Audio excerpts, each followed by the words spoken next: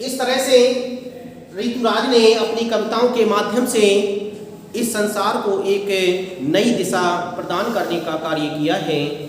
उन्होंने अपनी 8 कविताओं में समाज में फैली हुई विभिन्न प्रकार की परंपरागत रूढ़ियों का विरोध किया है और उन्होंने कन्यादान नामक कविता के आधार पर अपनी बेटी को विदा करते समय एक माँ की चिंता के लिए बहुत ही सुंदरता के साथ वर्णित किया है। कन्यादान कविता में माँ बेटी को स्त्री के परंपरागत आदर्श रूप से हटकर सीख दे रही है। इस कविता में उन्होंने वर्णन किया है कि एक माँ अपनी बेटी के लिए जब विदा करती है तो विदा करते समय जो परंपरागत आदर्श हैं उन परंपरागत आदर्शों से हटकर के आदर्शों के लिए वर्णित कर रही है, आदर्श प्रदान कर रही है। वह इस बात के लिए बताती है कि जो परंपरा के अनुसार चलते चले आ रहे हैं उनसे अलग हटकर के आपको इस समाज में आदर्श स्थापित करना है। कवि का मानना है कि समाज व्यवस्था द्वारा स्त्रियों के लिए आचरण संबंधी जो प्रतिमान गढ़ लिए जाते हैं वे आदर्श के मुलम्मे में बंधन होते हैं।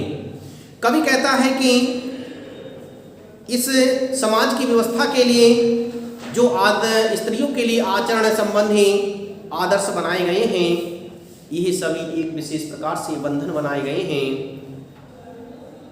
स्त्रियों के शोषण के लिए बनाए गए हैं, स्त्रियों को निम्न श्रेणी में लाने के लिए बनाए गए हैं, जिसके द्वारा हम स्त्री समाज का अच्छी तरह से विकास नहीं कर सकते। लड़की कोमलता के गौरव में कमजोरी का उपहास छिपा हुआ दिखाई देता है। ये जो परंपरागत नियम बनाए गए हैं इसमें कोमलता के गौरव में कमजोरी का उपहास छिपा हुआ दिखाई देता है। उपहास कहते हैं हंसी के लिए।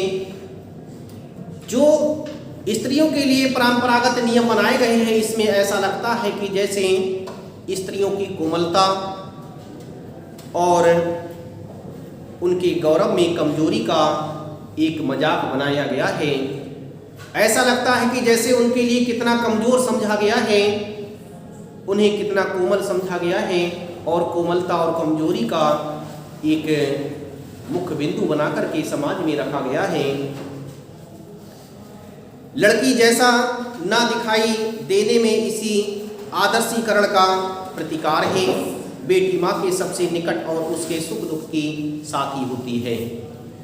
कवि कहता है कि बेटी के सबसे अधिक नज़दीक जो होती है वो होती है माँ, और माँ ही बेटी के सुख दुख का सहभागी होती है।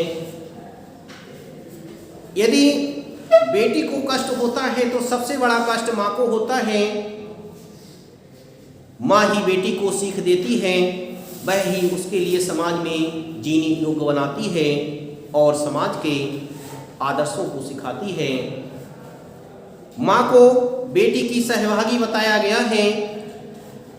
हमारे शास्त्रों में भी कहा गया है कि ईश्वर अपनी संतान की देखभाल न करने के कारण उसने माँ को बनाया है।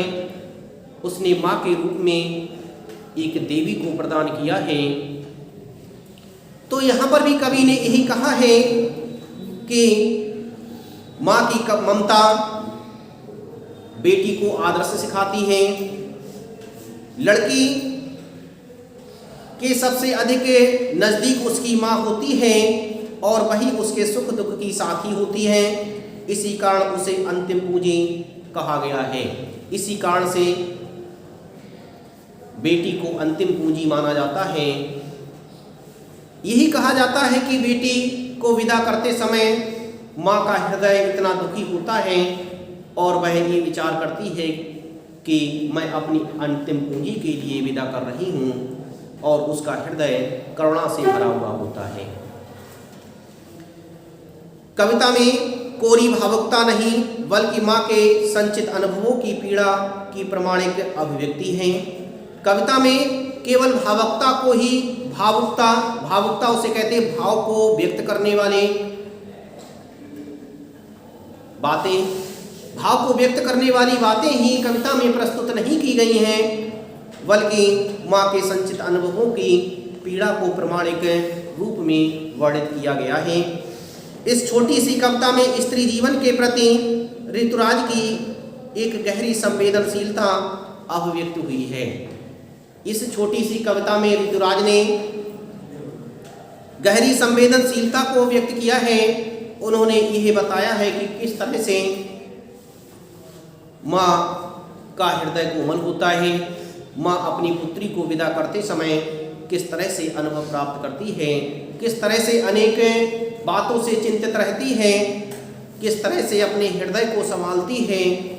इस सब का बहुत ही सुंदरता के साथ वर्णन ऋतुराज ने अपनी इस कविता में किया है।